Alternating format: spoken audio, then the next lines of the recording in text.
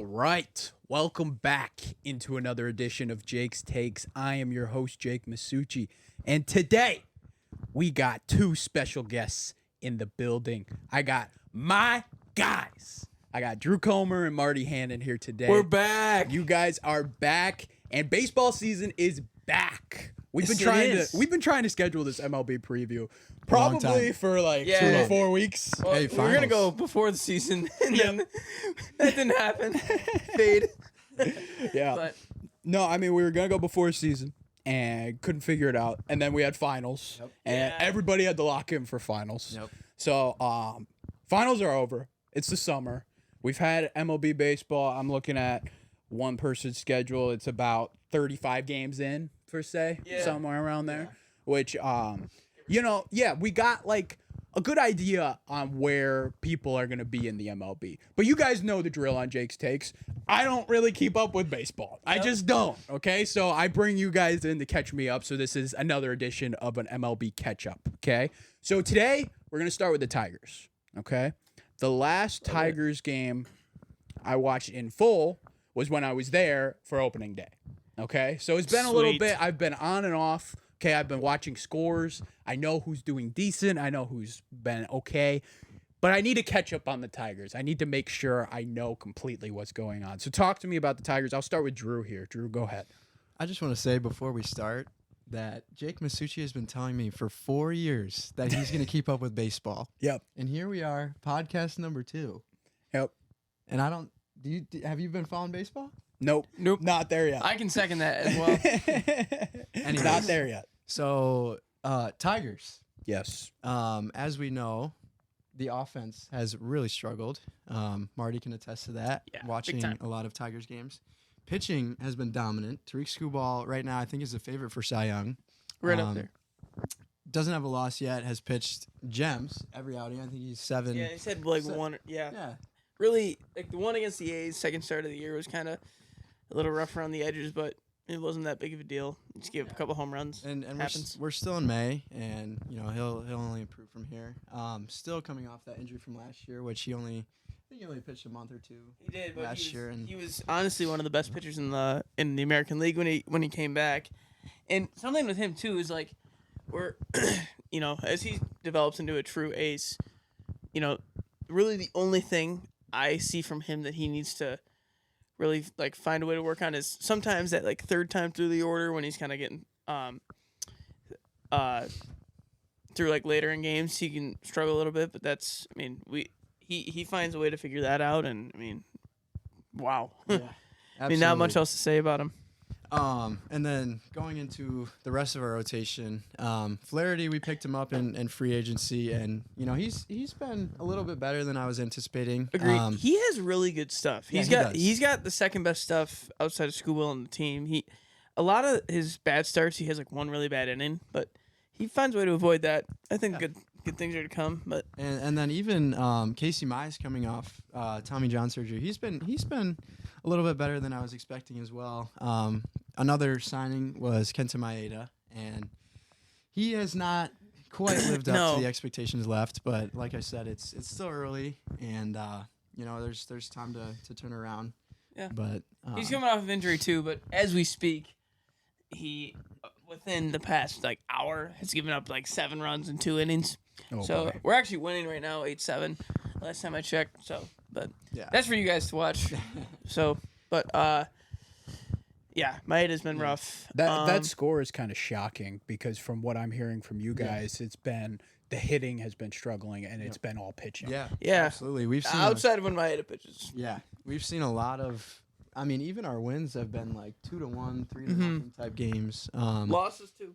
Yeah, losses too. Our offense has really, really struggled. There's a few bright spots. Riley Green, obviously the future of the Detroit Tigers, has been. He started off slow, but I think he's has 8 or 9 home runs now, and Yeah, and I think has really 8 or picked 9 it home up. runs. He's got an OPS. His OPS, I believe, is among league leaders. I'm just gonna double check that right now because I have been wrong. Yeah, before. and then some other guys on offense. Kerry Carpenter's been. Solid. He had a solid year last year for sure, and he's been little more consistent than some of our other guys. But going deeper into that lineup, did you find the OPS? Yeah. So Green is 6th in the American League right now, behind Juan Soto, Kyle Tucker, Jose Altuve, Salvador Perez, and Ryan Jeffers, catcher on the Twins, who's a newcomer to a list like this. But I mean, some other guys behind him: Bobby Witt, Naylor, who we're facing right now in the Guardians, Stephen Kwan, Gunnar Henderson. I mean, Mike Trout before he got injured. The list goes on and on. Riley Green is showing that he can be a star at the major league level.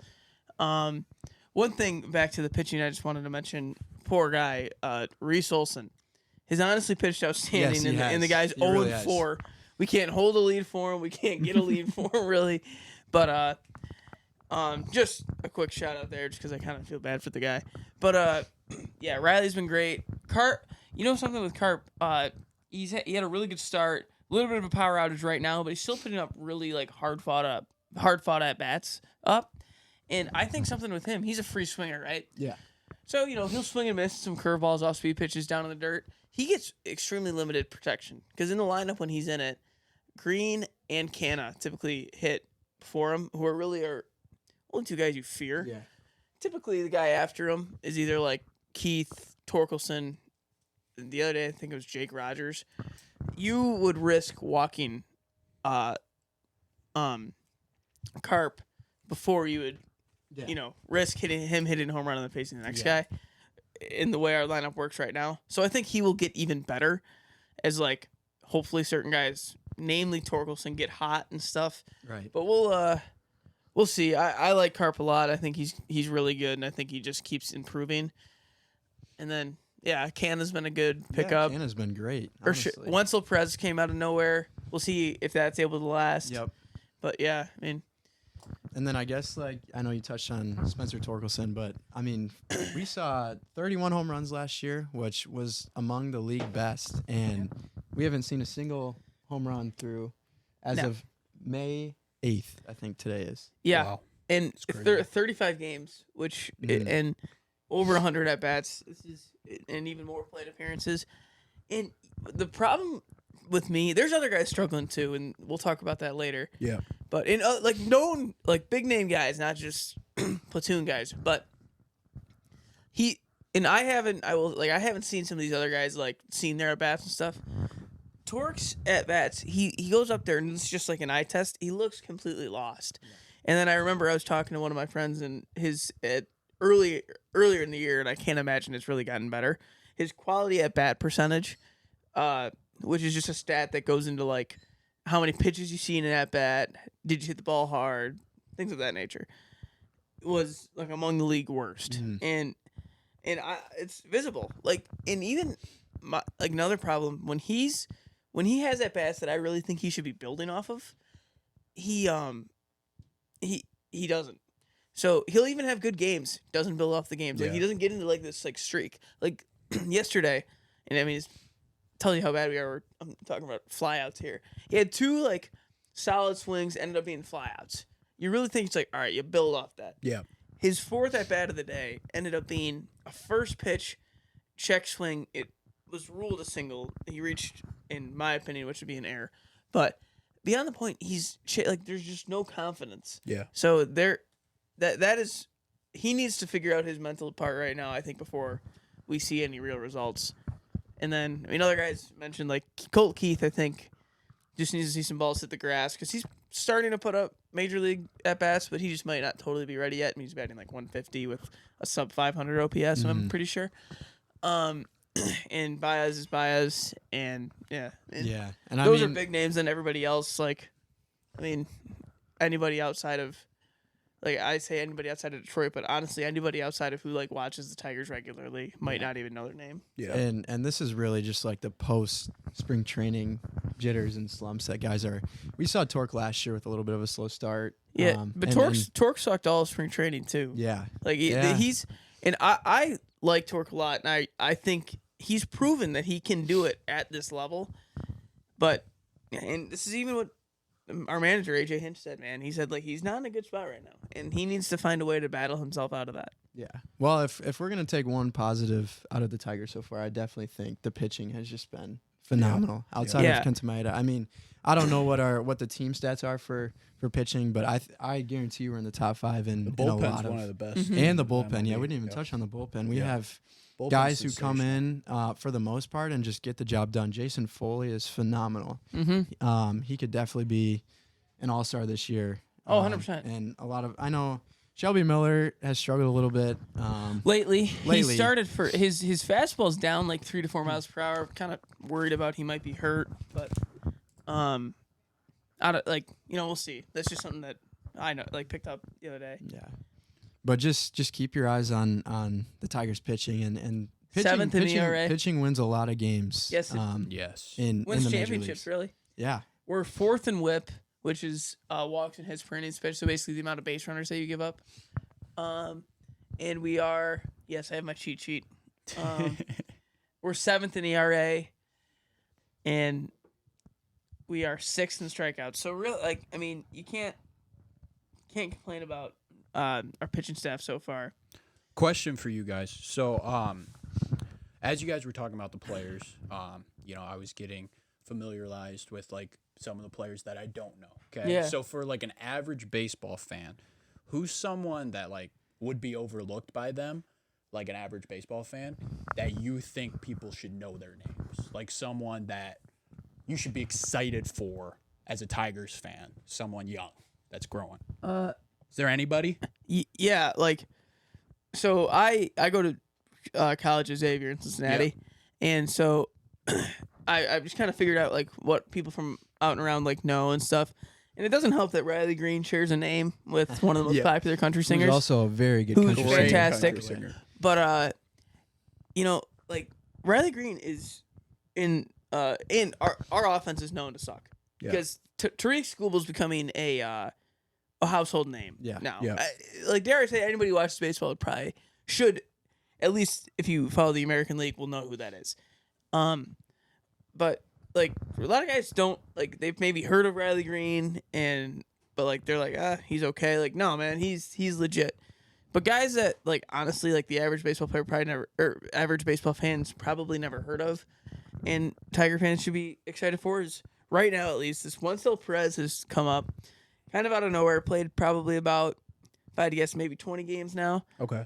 He's last time I saw he has an OPS over 800, which is very impressive. Really came out of nowhere, and I'm excited to see he's been batting 3rd in our lineup consistently. So I'm excited to see where we go from there. Kerry Carpenter's probably another guy that I don't think guys too many fans outside of Tiger fans know real well. And he's a battler, man. He wants to be there. He wants to be he cares a lot, and it shows. His hard work really shows. Absolutely. So that's probably the guys I'd say. Yeah, I was gonna say Kerry Carpenter. You touched on it. He's, especially last year, he was a guy consistently hitting 270, 280. Yeah, man. Extra base power. Slugging percentage was up. He was kind of that third guy, but behind Torque and Riley Green. Last year, he's middle of the lineup. Almost every day, and I'll go over to the pitching rotation. We touched on it a little bit, but Reese Olson. Yeah. We got in a trade a couple years ago. I think it was for one of our relievers. And he's just, he went a couple years in the minor leagues, and he's been, the record won't show it, but no, because we don't hit for him. But he's been incredible so far this year, honestly. And I've watched a couple of his starts, and he looks like he's confident, and as a pitcher, that's really what you need when you go on the mound, especially him being kind of that 4th guy in the rotation. He could very well work his way up to getting those innings. I know last year was a little bit more inconsistent for him, but definitely keep an eye on him. Another name that people just don't really follow that much. He's got a 2.7 ERA. Wow. Phenomenal. And he's that's really 0-4. good. That's ridiculous. Yeah. It's hard to. He had one bad comprehend. start, and he's been phenomenal other than that. Absolutely. So that Kerry Carpenter and Reese Olson would be my 2 guys. I like the Wenceel Perez. Yeah, he's got to prove more, but because guys come and go often.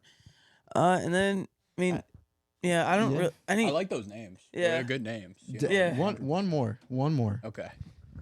Jason Foley. Jason Foley. Yep. He is dominant when he comes out of the bullpen, and it's almost like, you're watching the game and you feel good when he comes in. And I think he's had one or two tough outings, which are going to happen as a relief pitcher. Yeah. But I think only one blown save though. Yeah. He's the one against the Yankees too. He's another guy that Andrew Chafin out of the bullpen is another one. He's been solid. The bullpen as a whole, but Jason Foley especially, I wouldn't be surprised if he's an all-star this year. Yeah. Awesome. Love it. So I had a couple questions like off air from some people around, and they wanted me to talk about the jerseys. So I was like, all right, we'll touch on it a little bit. So I think they're the City jerseys, am I correct? Connect. City Connect. Yeah. Okay, City Connect jerseys came out, and I like them. They're all blue. They're solid. I'm not like the biggest jersey buff like ever. Like I love sticking to the normal, like just blue. Call it good. Like sticking with the normal. But I do think it's kind of interesting, like the jerseys and how they've gone in the MLB. I know there was a lot of talk about how tight they were at the beginning, and people were giving them crap for it, with sliding for bases. And they're ripping. That's ripping all over honestly, the place. like, just to touch on that for a second, that's absolutely unacceptable from the MLB. Like, I mean, just MLB and Nike are just not giving these guys what they need to just right, it's happened to Green multiple times. Yeah, He slides the into other second base, and his pants, like, come on, man. Yeah. Like, I mean, this is baseball at the highest level. This is your professional organization, the second highest grossing sports league in the world, and you can't give these guys what they need just to go throughout their day. It's embarrassing, Rob Manfred. I do think that they're gonna come out with new jerseys next year, fix them up They a did little say bit. that. They came out and said that. Which that needs to take them a year. Yeah. So, anyways, That's my take. My hot take. Yeah. Back to the Tigers jerseys. What are your guys' thoughts on the jerseys for me? So I'm not a huge. I think some of the City Connect jerseys try to do a little too much in general. Yeah. I'm a traditionalist. I like blue jersey, just like plain navy blue, and then just like nice white pants to go with it, or gray. Overall, I think for the City Connects, as far as they go, I think we're on the upper echelon. I think they're solid. I really don't like the hat though. Okay. And the reason being, I think the hat is a cool hat. Like if me or you were to go around and wear it and stuff. Yeah. But it's just I like decals. I like just the old English D, or even that the Tiger Eyes kind of that they had. I think you put that there or something maybe. But that's just me. I just think it's weird. Basically we'll be seeing Tariq Skubal on the mound, and he'll be just his hat just block Detroit. Yeah. But Exactly, it looks like something I would go buy from the D shop that would be cool, but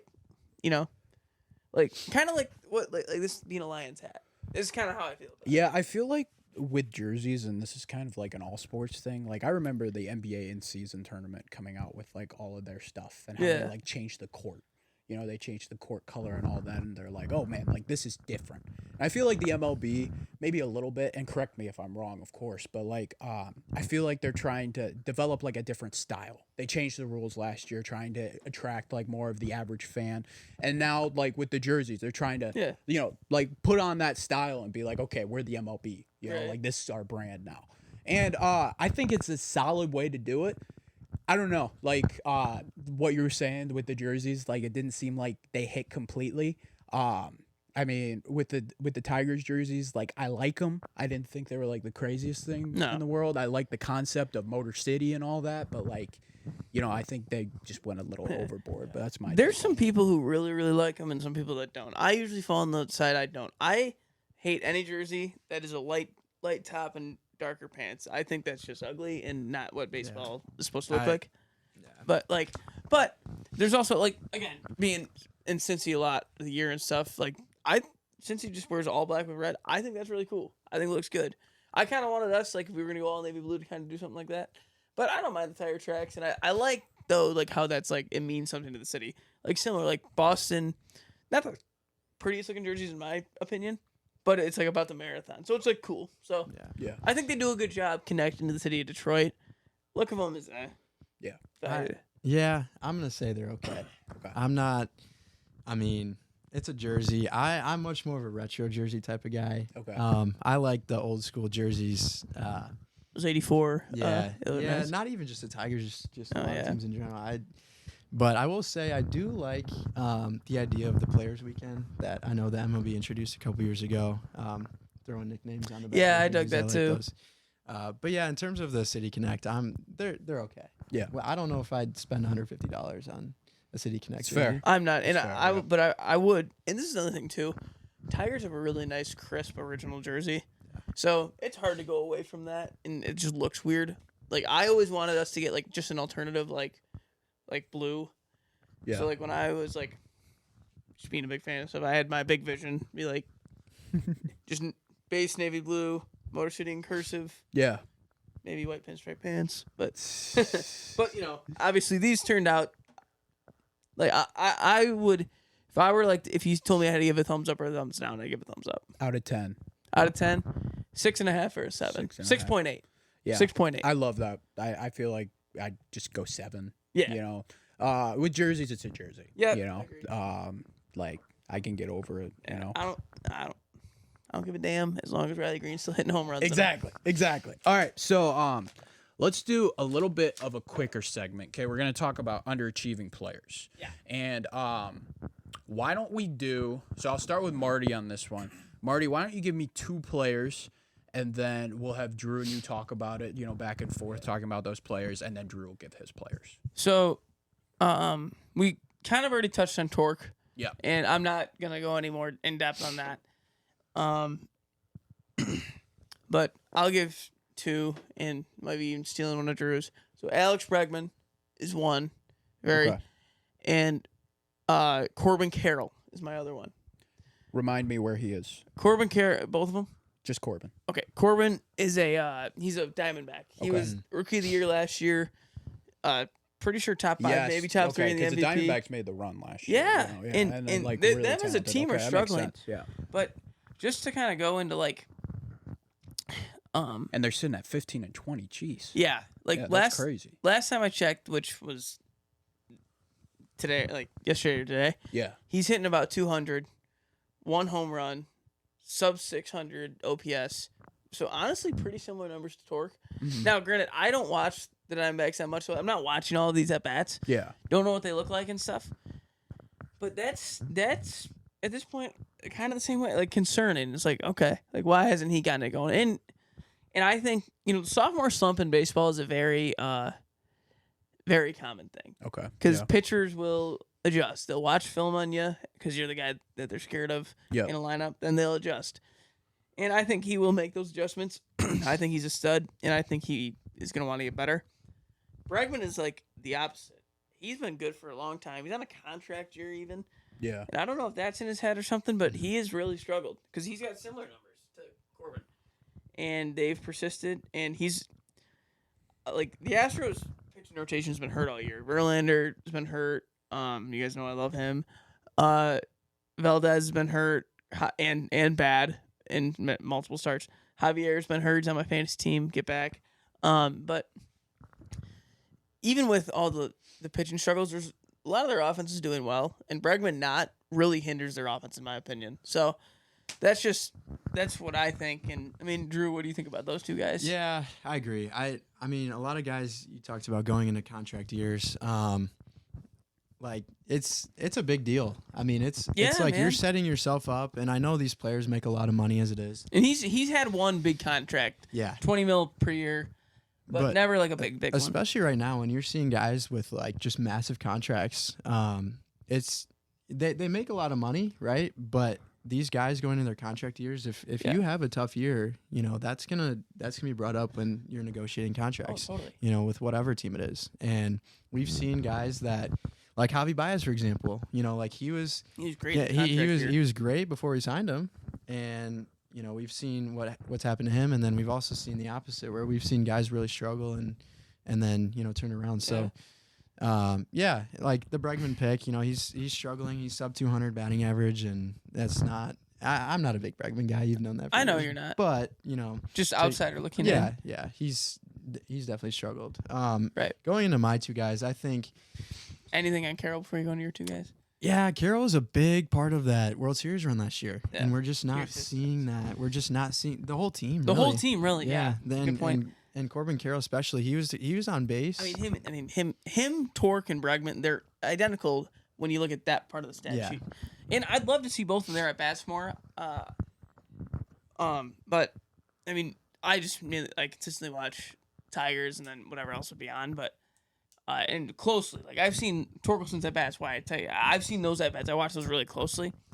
So, but if there's any similarity to their how the quality of their bats is at bats is Torca's, there should be some concern in my opinion, no matter who it is. And we saw last year the Diamondbacks were like an unexpected team to make the World Series. Yeah. And he was a big part of it. Yeah, dude. He was a big Arguably big part the of it. biggest. And he was getting on base. And when it comes to baseball, you get on base, your productivity and your wins are going to go up drastically. And that's what Corbin Carroll was doing for the Diamondbacks. So I'm hoping he turns around. I love him as a player. He's still young. Mm-hmm. He's the center of that lineup, really. And then, the rest of the team is also struggling. Yeah, the thing about those two is they're both teams that are struggling. That were good last year. Yeah. And they're falling apart a little bit. So Yeah. those And are pretty good. I know baseball is a team sport, but you see a lot of teams with their best players struggling. Like even Aaron Judge is struggling a little bit. And Yeah. you see these teams with their best players struggling, it kind of reflects in their record. Yeah. And that's Funny, kind of on the Astros, if you Altuve's not struggling. Yeah. I don't think Jordan is. Tucker's not. But it is there's so many different facets to what make teams good, and we'll see. It's so true. Could be the So end. true.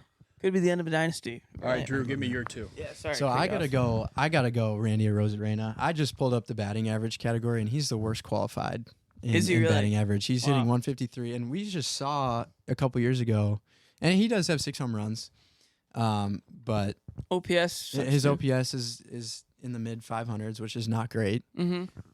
But we just saw a couple years ago the Rays, and I think the three of us sat in this basement and watched the 2020 World Series game. Yes. Yep. Yeah, we did. And Randy Arozarena was the guy. The guy. And he got paid. That. He got a big contract, Mhm. and he's kind of like the Rays main guy, and he's really struggling to start. And 6 home runs, his power's still there a little bit.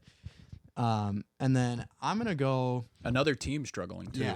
yeah, absolutely. And my second guy, I think I'm gonna go Matt Olson, but I also want to relate it to the Braves in general. Okay. I'm gonna pull up his stats here. We were also, big on the Braves last year. He's also another guy that's below 200 right now. 119 at bats. His OPS is a little bit higher, but still not great. Mid 600s. Not bad for him too. But really, the Braves in general, I know that their record is solid and stuff, but they're really not starting off where I thought they'd be. Because And- Acuna's he looks better than that, but he's not doing what he should be doing either. Yeah. And Matt Olson has never been a guy. He's not gonna. You're not gonna see the stat sheet with him hitting 340 with his power's there. But for me to see him struggling like this, it really makes you wonder that whole Freddie Freeman debacle with him not coming back. Yeah. It really makes you wonder. This Braves team has had a lot of success. We talked about it last year on the podcast, but they're not finishing the season where they want to. And last year, I think all 3 of our picks were Braves the Braves winning. to win the World Series, and they're just we talked them up so much. and just like the Dodgers. Yeah. I know the Dodgers they won a couple years ago, but shortened season and yeah. But those are my 2 guys. And going off of Olsen and a little bit of Acuna too, I was watching MLB Central today with Mark DeRosa on, and he's like, the Braves offense is going to explode at some point, and I agree. So this is almost, you could be like, oh, this could make them even scarier because they're not even doing they have guys not even doing that well yet, and they're still doing really well. But I unless their offense just explodes in the postseason, I think they can make past the first round for sure. But I think we could be looking at a similar, early round exit to last year. Yeah. And maybe they don't with the Phillies doing what they're doing right now. Yeah. You don't want to see if the Dodgers end up with the best record. You don't want to see them in the first round. No. Yeah. You don't. You also don't want, in my opinion, back on the Phillies for a sec. So them losing the way they did to Arizona could kill. It's hard to put into words, like not a franchise killer, but like the team that they have right now, like that team, like the 2022 to 2020 whatever. Yeah. Phillies team, that the way they lost to the Diamondbacks after it like seemed like season of destiny, them beating the Braves and then being up 3-2. Astros didn't make the World Series. They could go face a new team and maybe beat them. And then losing back-to-back games at home. Yeah. Against a 84 and 77 team, or 84 and 78. That's the math. Yeah. But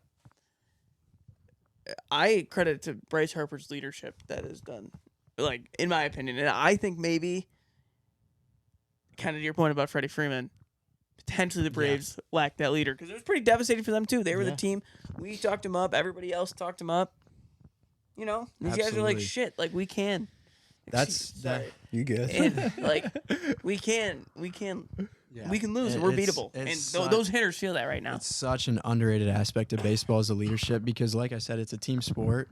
And a lot of times when you see team sports like football, you got leaders in every single sport. Yep. It's no different in baseball. Nope. Freddie Freeman is a leader, was a leader for the Braves. Yep. Guys like that, even like with the Tigers, like young team, but you know, there's still guys that you look at like, hey, those guys are still leaders of this team. Yep. Even like older guys, like Marty Hannon is a little bit older, a little more of a veteran. We don't really, our rotation is a little bit younger, so there's not really. But I think Scooble's becoming that leader, though. Absolutely. That dog mentality kind of that he's got. Green strikes me as, he's a gamer, so he's a guy, strikes me as lead by example. I saw him on a segment on MLB and just looked a little awkward, which is fine. I mean, it doesn't matter, but you can lead by example. I'm excited for Max Clark because I think he's a very real vocal guy, but we'll see who takes charge of that team. I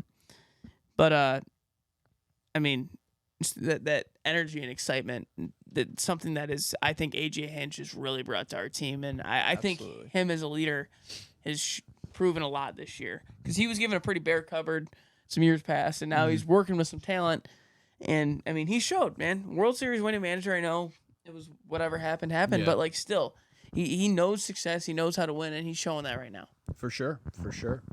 All right, well, we are going to go to a little break, but once we get back from the break, we're going to talk about top teams, and I got a fun one to end it, so we'll get to that one later on. So we're going to take a quick break.